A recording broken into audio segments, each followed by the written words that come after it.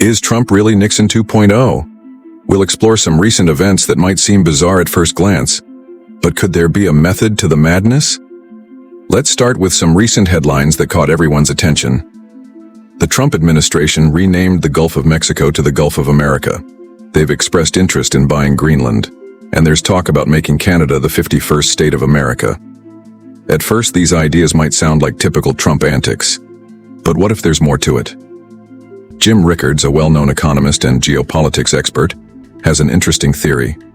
He talks about a three-way poker game. In this game, two players often team up against the third.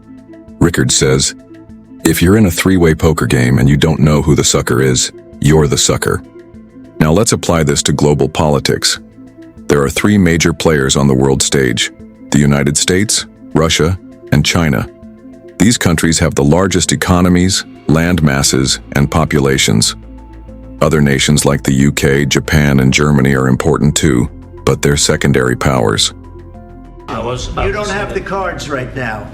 With us, you start having not cards. playing cards. Right now, you don't. You're playing cards. Mr. President. You're playing cards. The leader of Ukraine once said, "This is not a card game." But in many ways, it is. The stakes? Lives, national wealth, and future success. Let's take a trip back in time to the Nixon era. President Richard Nixon, love him or hate him, understood this three-way game. He saw the Soviet Union, now Russia, as the enemy to isolate. Nixon reached out to China, an emerging power at the time. He built bridges with Mao Zedong teaming up with China against the Soviet Union. The result? The Berlin Wall fell in 1989. A few years later, the Soviet Union dissolved. Now, fast forward to today. If Nixon were alive, he might use the same strategy. Enter Donald J. Trump. Did you know that Trump and Nixon were good friends?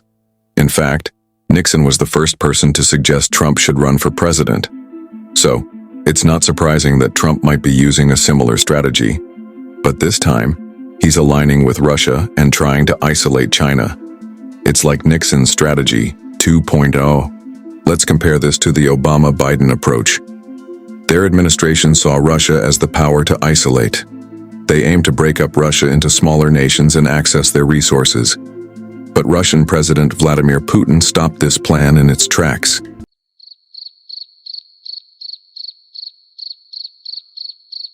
During Trump's first term, he opposed the Obama-Biden strategy.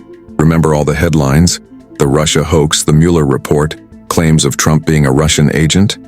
These claims have since been acknowledged as false by both sides of the political aisle. Then came COVID, and the Biden administration took over. This pushed Russia and China into an alliance, potentially making the US the odd one out, or in other words, the sucker. Now Trump is back with a strategy to build a relationship, or at least an understanding, with Russia. The goal? To make China the odd man out.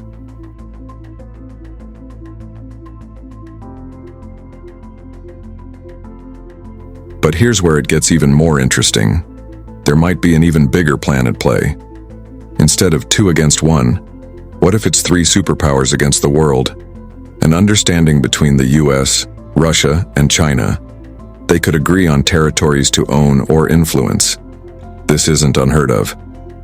It happened before during the Malta meeting with Roosevelt, Churchill, and Stalin. So when you hear news about the US wanting to buy Greenland or make Canada the 51st state, it might not be just Trump being Trump. These ideas could be part of a serious long-term strategy. So what do you think? Is Trump really following in Nixon's footsteps? Or is there an even bigger plan at play? Let us know your thoughts in the comments below. Don't forget to like this video and subscribe to our channel for more in-depth analysis of world events. Thanks for watching.